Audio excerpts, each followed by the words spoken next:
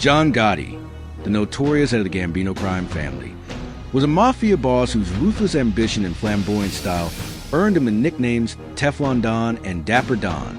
Convicted in 1992 for 5 murders, including the assassination of Paul Castellano, Gotti orchestrated killings like those of James McBratney, Vito Borelli, and John Favara, alongside racketeering, extortion, and witness intimidation. In this documentary, we delve into the psychological and psychoanalytic forces behind Gotti's brutal crimes, dissecting his mind to uncover why he embraced a life of violence and power. Why focus on John Gotti? His crimes aren't just bloody. They're a chilling window into a psyche driven by ego, rage, and an insatiable hunger for control, making him a perfect case for psychological analysis. His murders were calculated spectacles, designed to cement his dominance in the Mafia's brutal hierarchy. Picture this: a Staten Island bar in 1973, where James McBratney is ambushed, pinned down, and shot dead by Gotti's crew, blood pooling on the floor as patrons scream, per Wikipedia. Or Manhattan Steakhouse in 1985, where Paul Castellano is gunned down in a hail of bullets, his body crumpling in the street, orchestrated by Gotti watching from a parked car, for the New York Times. John Favara, a neighbor who accidentally killed Gotti's son, was clubbed and stuffed into a van, never seen again, possibly dissolved in acid, per NBC News. These weren't just killings, they were messages, dripping with terror, crafted by a man who thrived on fear. Let's rewind to the streets of the South Bronx, 1940, where John Joseph Gotti Jr. was born, the 5th of 13 kids, in a dirt-poor Italian immigrant family. His father, a gambler and day laborer, barely kept food on the table, and 2 siblings died young from neglect, per Criminal Minds Wiki. Psychoanalysis points to attachment theory. Growing up in chaos, with an unreliable father, can breed a deep need for control to feel safe. Gotti's childhood was a pressure cooker, poverty, violence, and a father he resented for failing the family. By age 12, he was running with the Fulton Rockaway Boys, a street gang, stealing and fighting for the New York Times. His bad temper and knack for leadership shone early, but so did his disregard for rules, a red flag for antisocial personality disorder, where empathy is scarce and violence feels natural per the DSM-5. Dropping out of Franklin K. Lane High School at 16, Gotti traded books for the underworld, drawn to the glamour of Carmine Fatico's Mafia Club, where men with cash and cars were kings, per the New York Times. This wasn't just a job, it was a lifeline, a way to escape the shame of poverty. Narcissistic personality disorder likely took root here, per psychological profiles. Gotti craved admiration, his flashy suits and swagger amassed for a fragile ego that demanded worship. His mentor, Aniello Delacroce, saw potential, grooming him as a Gambino soldier, per EBSCO. But the seeds of violence were already planted. Gotti's world taught him that power came from fear, and he was a quick study. Gotti's victims weren't random. They were threats to his power or ego.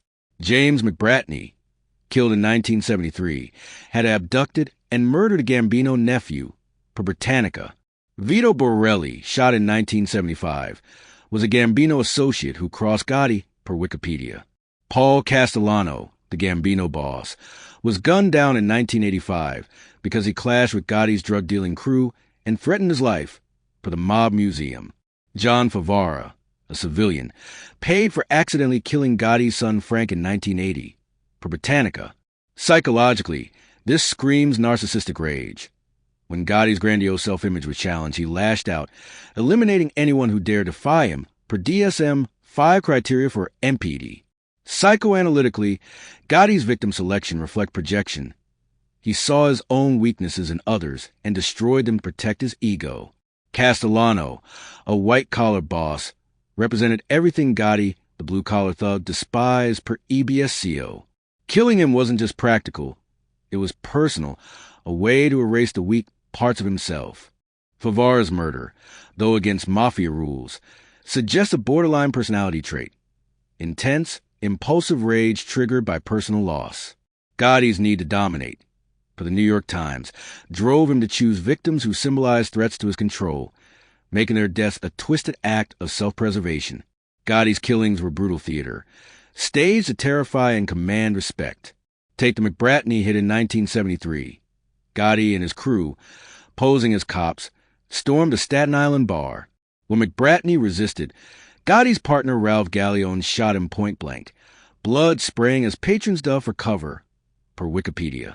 Eyewitnesses later identified Gotti, but he evaded a murder charge with a plea to attempted manslaughter, thanks to lawyer Roy Cohn, per the New York Times. The Castellano hit in 1985 was colder.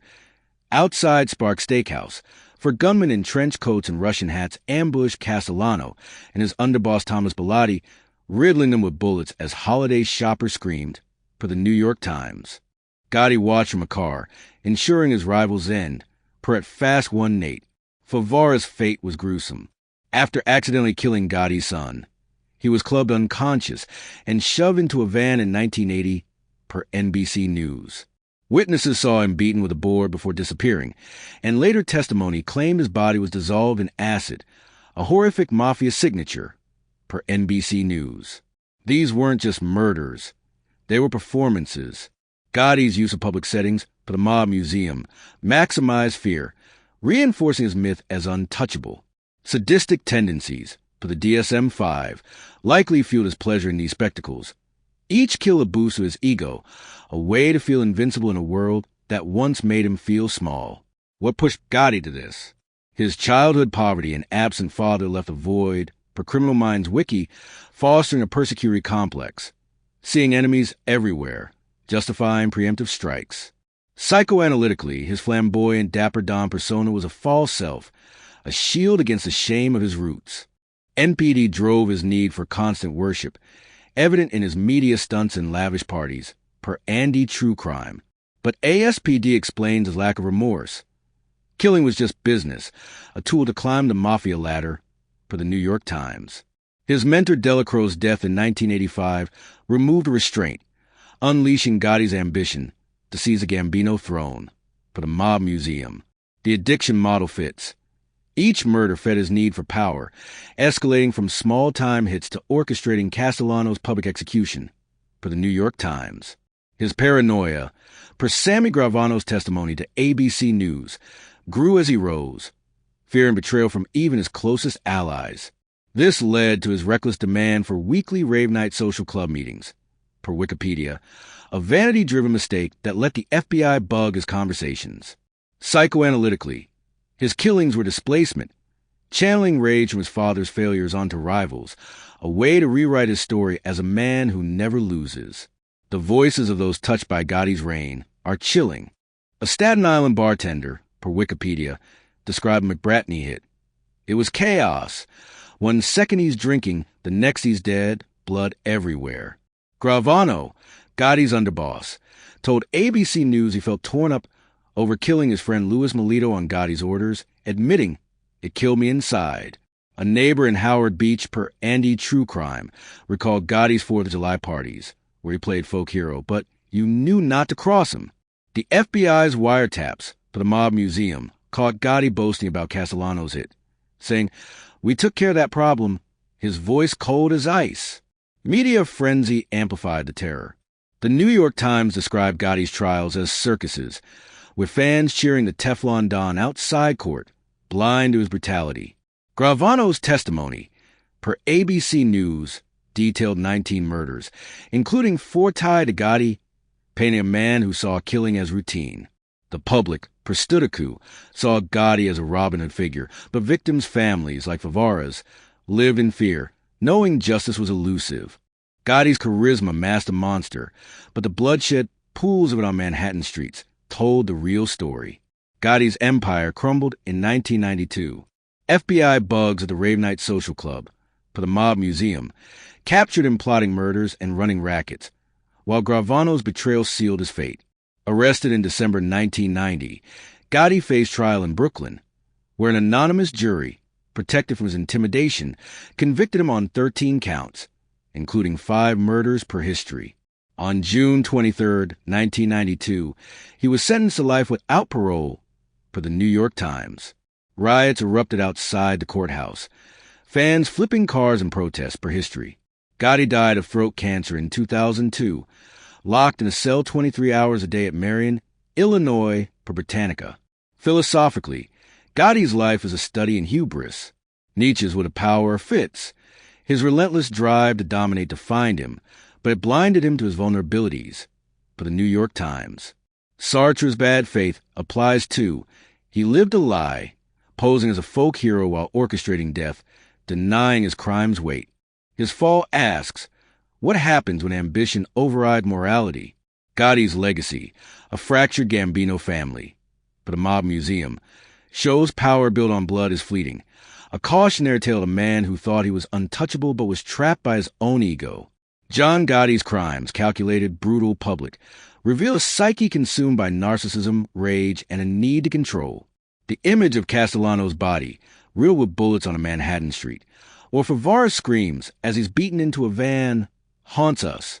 Psychologically, he's a case study in how poverty and trauma can birth a monster, amplified by a world that rewards violence. Philosophically, he's a warning. Charisma can cloak evil, but truth catches up. As his name fades, for the Independent, the Gambino family's shadow lingers, a reminder that power without conscience leaves only blood and ruin.